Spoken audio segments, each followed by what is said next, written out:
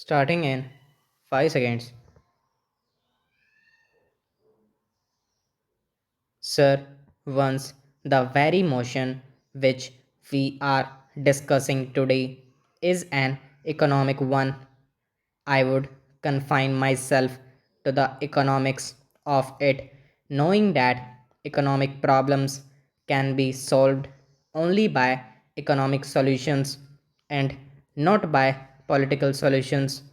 We are discussing a national issue which is of vital concern to the people. Prices are a national concern, and as legislators, it should be our duty to place the subject above party politics. I believe prices and tempers should not rise simultaneously, at least on the floor of the house.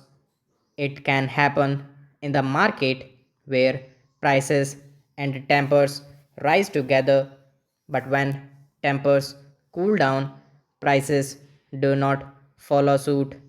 That being the experience of life, let us try to understand the problem rationally, logically, and dispassionately.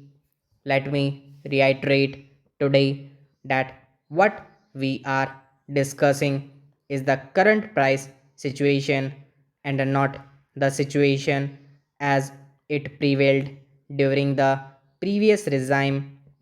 References to the past are, of course, always necessary in any analysis of the economic forces because economic wisdom is largely retrospective. But let us not be bogged down in mutual recrimination because we want this debate to generate more light than heat, and that I hope that is the desire of everyone participating in it, but that has not been the trend so far. When we discuss the trend in the current prices, we have to remember the positive indications. It is a fact that the annual rate of inflation in terms of the wholesale price index has come down progressively from 22% in January 1986 to 14% in the January 1997 and further to 10% in August 1997. I am afraid I have to give some figures because we have heard distorted figures, and I would like to correct the position. In August last year, the wholesale price index had risen by 12% over that of the previous year, but on August this year it rose only by 6%. Here I am not underestimating the fact that the rate of inflation in the country is still high, and even downward percentage changes in the rate of inflation cannot conceal the fact that they are indeed growth upon growth. The finance minister said this year that the prices would be soon hit a plateau, but hitting a plateau is not enough. We have to ensure that after reaching a plateau, the prices actually slide downhill. I shall not extensively dwell on the contributory factors of price rise because, as I said earlier, this is no occasion for mutual recrimination. But if one objectively analyzes the factors responsible for the massive price rise, I am sure many of you members sitting in the opposition will agree with me that you cannot evade responsibility for this entirely.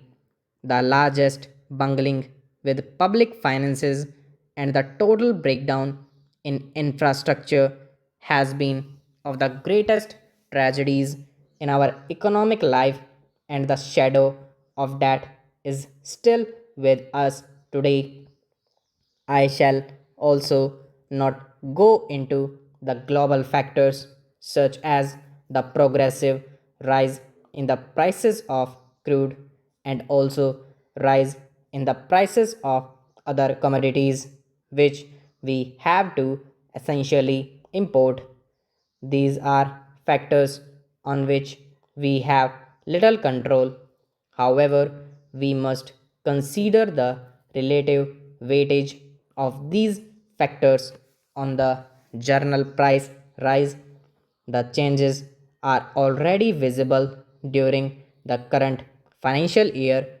For example, the impact the petroleum price rise on the overall price increase this year stands at 18%, which is slightly less than what it was last year.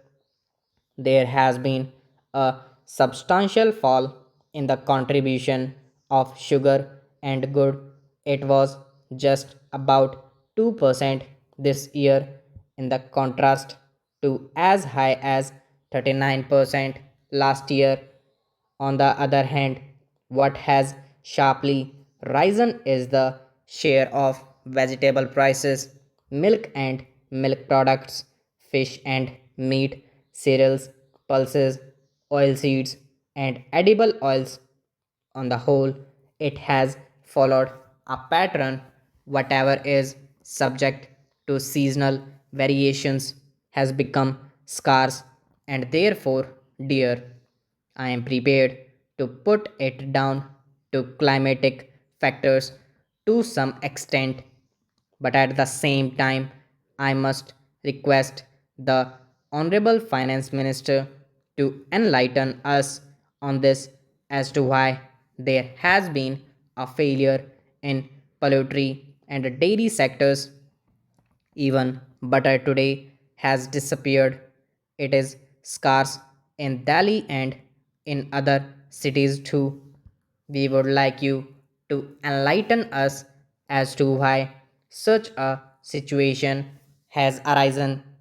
There are other confusing issues. We are told by the Agriculture Ministry that there has been a good sugarcane crop this year. If that has been so, why are we importing 2 lakh tons of sugar this year? We are fortunate that the Agriculture Minister is sitting here. I would like him to enlighten us on this point. I hope that Finance Minister will bridge this small information gap.